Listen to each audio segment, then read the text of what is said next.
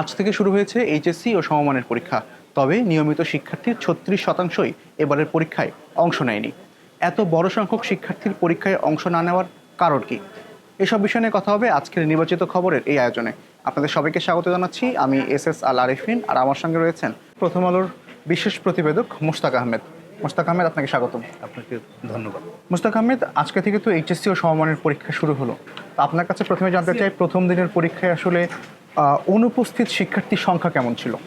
আপনি জানেন যে এইচএসসি সমমানের শিক্ষার্থীদের জীবনের একটি অন্যতম গুরুত্বপূর্ণ পরীক্ষা, কারণ এই পরীক্ষাটি উত্তীর্ণ হওয়ার মাধ্যমে শিক্ষার্থীরা উচ্চশিক্ষায় প্রবেশ করে, কর্মক্ষেত্রে কেউ কেউ প্রবেশ করে। ফলে এই শিক্ষার্থীদের জীবনে অত্যন্ত গুরুত্বপূর্ণ। ফলে দেখবেন এই পরীক্ষাটি নিয়ে বাবা মা অভিভাবকদের মধ্যে একটা বিরাট চিন্তার একটা বিষয়ে কাজ করে। তো আজকে মূলত পরীক্ষা ছিল, আপনি জানেন যে 9টি সাধারণ শিক্ষা বোর্ড, কারিগরি শিক্ষা বোর্ড এবং মাদ্রাসা শিক্ষা বোর্ডের আন্ডার এই পরীক্ষাটি হয়েছে। তো এই যে পরীক্ষা, আমরা কিছুক্ষণ আগে যে তথ্য পেয়েছি, এই পরীক্ষায় আপনাকে একটা উদ্বেগজনক তথ্য দিই যে 24,000-এরও বেশি শিক্ষার্থী অনুপস্থিত ছিল।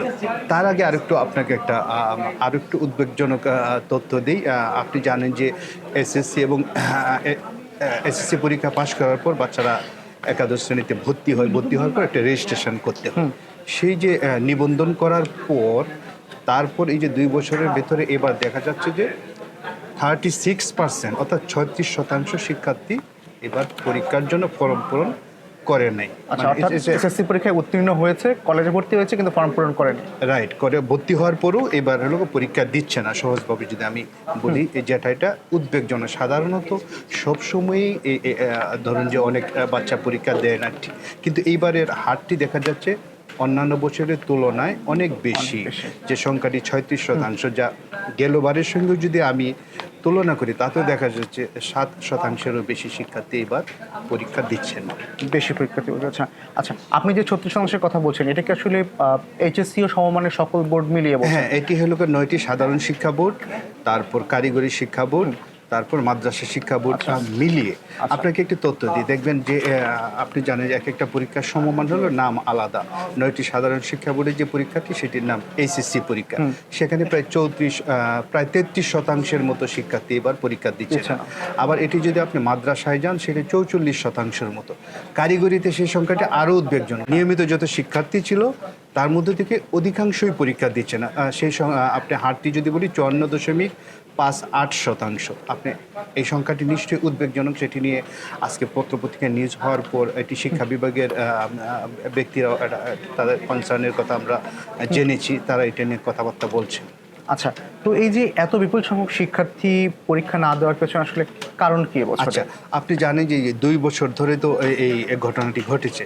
তো আসলে এটা আমাদেরও একটা প্রশ্নের জায়গা ছিল। গত 2 দিন ধরেই এটি আমরা কাজ করছি, কিন্তু শিক্ষা বিভাগের ওনারা বলেছেন যে এই সুনির্দিষ্ট কারণ তাদের জানা নেই। তবে এর আগে এসএসসি পরীক্ষার সময় অনুপস্থিত পরীক্ষার্থীদের নিয়ে ঢাকা শিক্ষা বোর্ড একটি কাজ করেছিল। সেই গবেষণা, একটি ছোট গবেষণা, আসলে সেটি বড় মাপের কোনো গবেষণা ছিল না। তাতে দেখা গিয়েছিল যে 41%-এর মতো শিক্ষার্থীর বাল্য বিয়ে হয়ে গিয়েছিল। আর এছাড়া প্রস্তুতি অভাব, তারপর কর্মে যুক্ত হওয়া, দারিদ্রতা, এই কারণগুলো ছিল অনুপস্থিতের একটা অন্যতম। কিন্তু এখানে দেখা যাচ্ছে যে এসএসসি পাস করার পর তারা ফর্ম পূরণই করছে না। তো আমরা ধারণা করতে পারি কারণগুলো আসলে তুলনামূলকভাবে একই ধরনের হতে পারে। তাই আমরা বলবো যে এটা নিয়ে আসলে একটা বড় রকমের গবেষণা হওয়া উচিত। আচ্ছা, আপনি বলছিলেন একটু আগে যে গত বছরের তুলনায় এবছরে অনুপস্থিত বা পরীক্ষা না দেওয়া শিক্ষার্থীর হার প্রায় 7% বেড়েছে। তো এই যে ক্রমবর্ধমান বাড়ছে এই হারটা, এর পেছনে আসলে স্পেসিফিকভাবে কোনো কারণ উল্লেখ করছে কিনা? কারণটা আজকেও আমরা শিক্ষা বিভাগের লোকদের সঙ্গে কথা বলেছিলাম। আজকে আমি নিজে ঢাকা বোর্ডেও গিয়েছিলাম। তারা আমাকে জানিয়েছে তারা এটি নিয়ে একটি গবেষণা করতে যাচ্ছে বড় মাপে। তারা একটি কারণটি জানতে চায় যে আসলে কি কারণে এরকম ঘটনাটি ঘটছে। আজকে পরীক্ষার পরে মন্ত্রণালয়ের পক্ষ থেকে কোনো বক্তব্য দেওয়া হয়েছে কিনা, বা মন্ত্রীরা কি বলছেন? আজকে শিক্ষামন্ত্রীর অন্য একটি বিষয়ে সংবাদ সম্মেলন ছিল। তো উনি যে কথাটি বলতে চাচ্ছেন যে উনি শ্রেণীকক্ষে ঠিকমতো পড়াশোনা না হওয়া, আবার পরীক্ষা সঠিকভাবে হওয়া, অভিভাবকদের সহযোগিতা, অন্যায্যতা বন্ধ, এইসব কিছু কারণ থাকতে পারে বলে মনে করছেন উনি। তবে উনিও বলেছে এটা একটা খারাপ ইন্ডিকেটর, এটা নিয়ে তারা অ্যাড্রেস করবে। এবারের পরীক্ষা সামগ্রিক বিষয়বাদী নিয়ে তারা আসলে কতটা স্বস্তি প্রকাশ করছেন?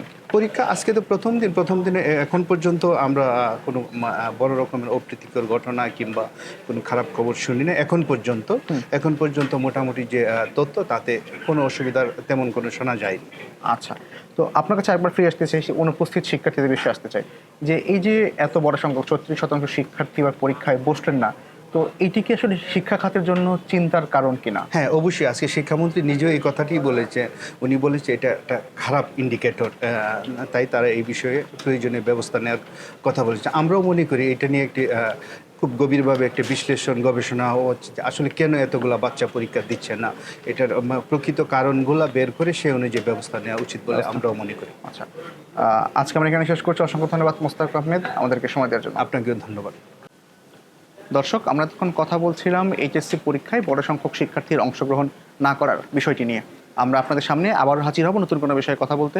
সে পর্যন্ত ভালো থাকুন, সুস্থ থাকুন আর প্রথম আলোর সঙ্গে থাকুন।